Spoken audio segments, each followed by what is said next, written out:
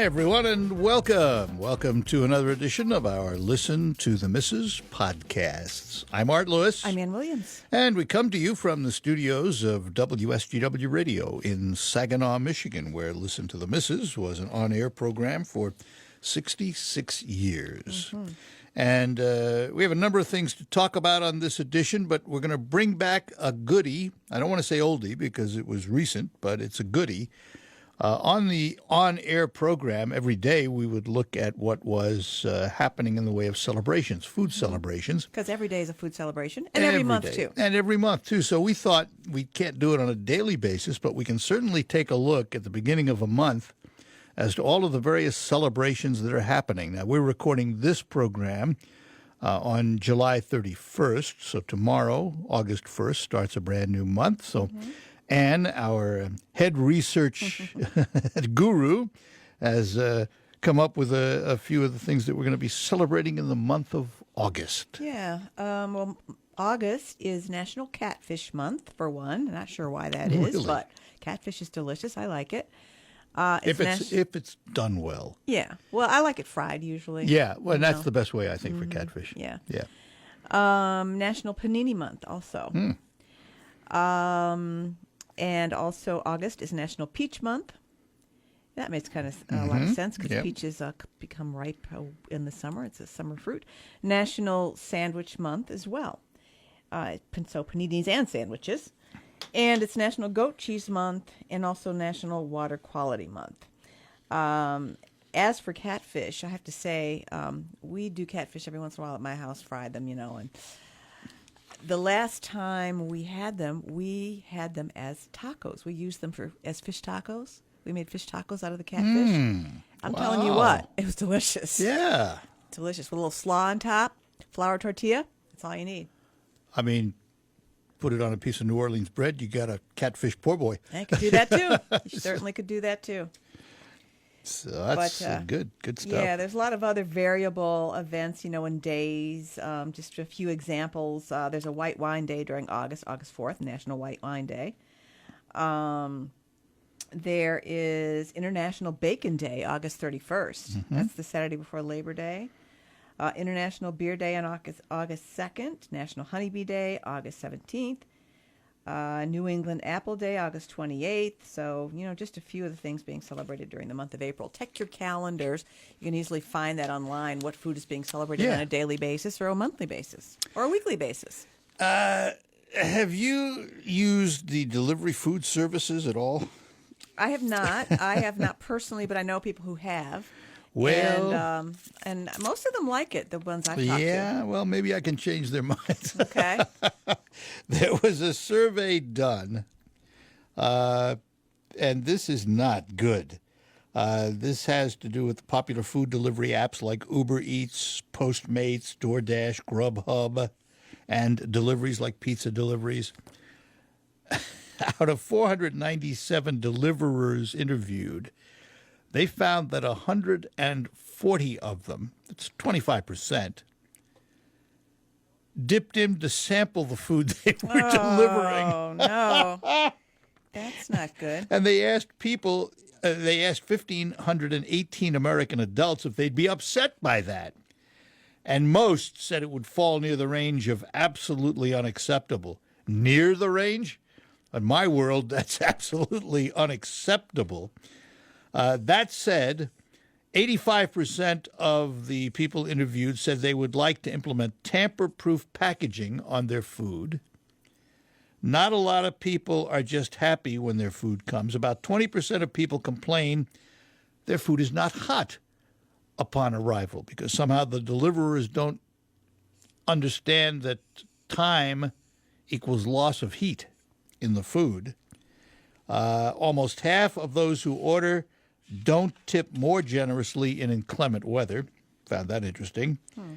And deliverers are not happy when they're not tipped properly, whatever that means.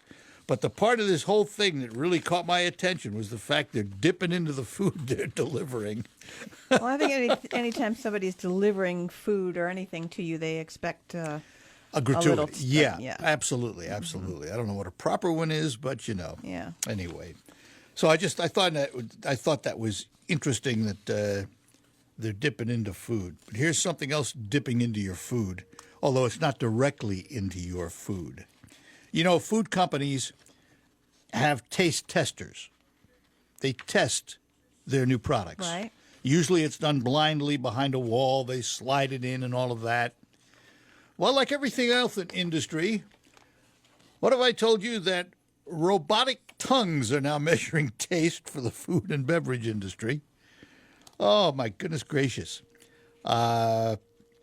Food and how it's influenced by external factors is the subject of a fascination of many people. And in the industry, how people perceive flavors is big business. But they're creating food for people, but they are now testing it increasingly by artificial intelligence and technological advances. Now, I wonder, is artificial intelligence at that point where they can replicate my taste buds?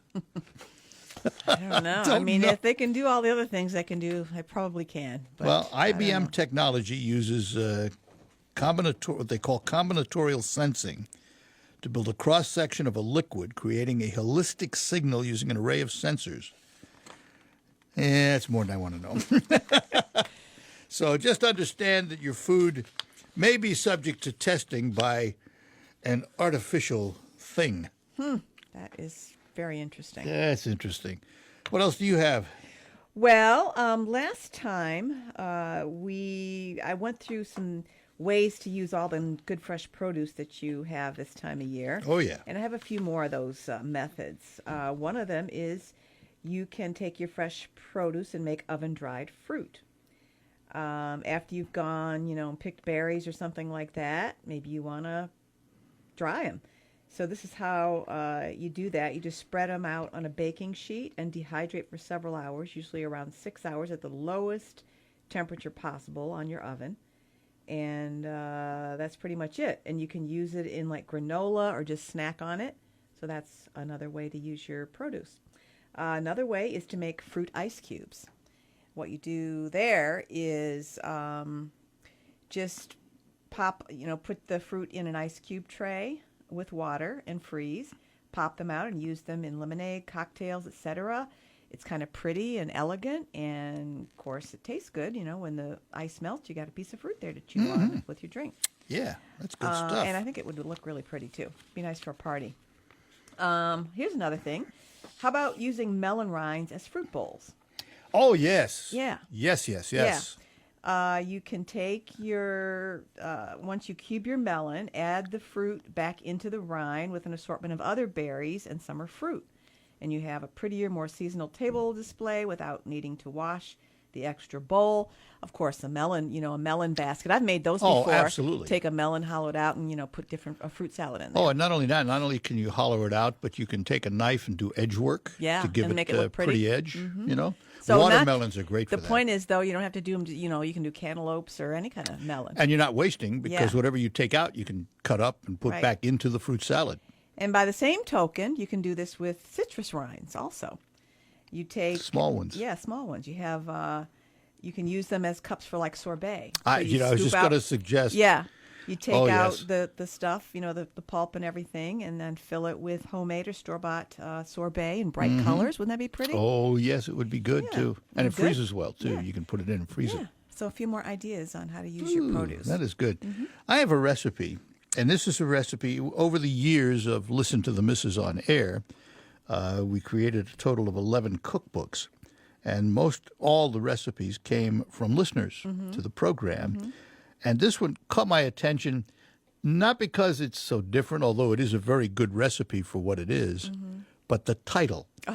It's called Mary Ann's Mom Sniffling, Sneezing, Coughing, Aching, You'll Be Better by Tomorrow Chicken Noodle Soup. All right. Well, chicken noodle soup is known for helping out the sniffles. Good medicinal properties. Yeah. So I'm going to just run through this quickly, and we on the radio program we used to do it real slow because people were writing on the air. With a podcast, you can back it up and get everything you need. So I'm just going to run through it real quick.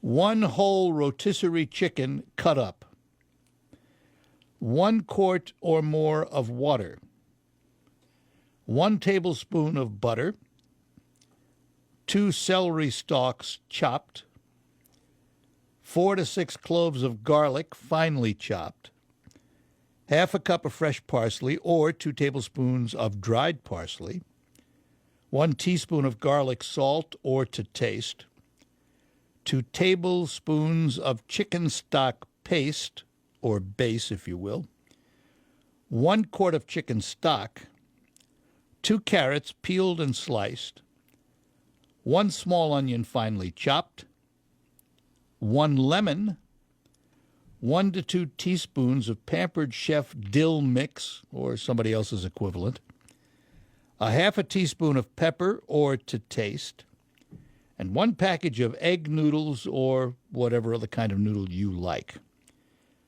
And we're going to melt the butter in a large pot, add the onion and the celery to saute for 3 to 5 minutes, add the carrots and the garlic to saute for another minute, and then add the water and the chicken stock and bring it to a low boil.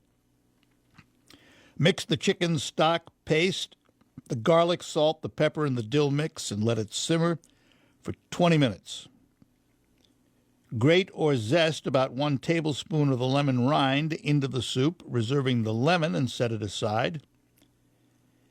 Add the chopped chicken, the parsley, and the noodles, and let simmer for another 10 minutes.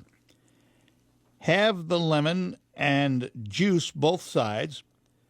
Pour the fresh lemon juice into the soup toward the end.